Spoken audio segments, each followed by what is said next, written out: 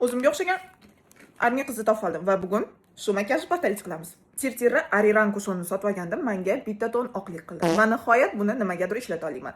Asi maniga o'xshab cho'ng'u ekan. Men ko'zim bo'yagunimcha shu qizni dushevniy videosini bitta ko'ringlar. Ey Alloh, agar men Koreyaga ketsam, menga belgi bergin. Shunchalik topik olib Koreyaga ketish xohlayapsizmi? Menga ishoning, BTS'ni ko'rish ham sizga nasib qiladi. Makiyajda hech qanaqa bronzer rumyani ishlatilmagan. Faqatgina burnimizga ozgina shakl beramiz va ko'proq highlighter ishlatamiz. Shoxlarini birinchi chizib olamiz. Sochimni spesialni o'rib oldim. Jingalik qilish uchun o'xshaydimi, o'xshamaydimi bilmayman qizlar. Har safar jingalik qilaman deb sochimni o'rganimda umuman o'xshamay chiqadi. Eng qiyini hali oldinda qizlar.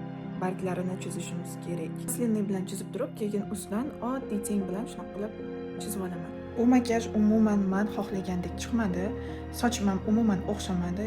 Krastalarim yetarli bo'lmagani uchun protsess davomida juda ham qiylandim. Keyingi safar yaxshiroq harakat qilishga va'da beraman.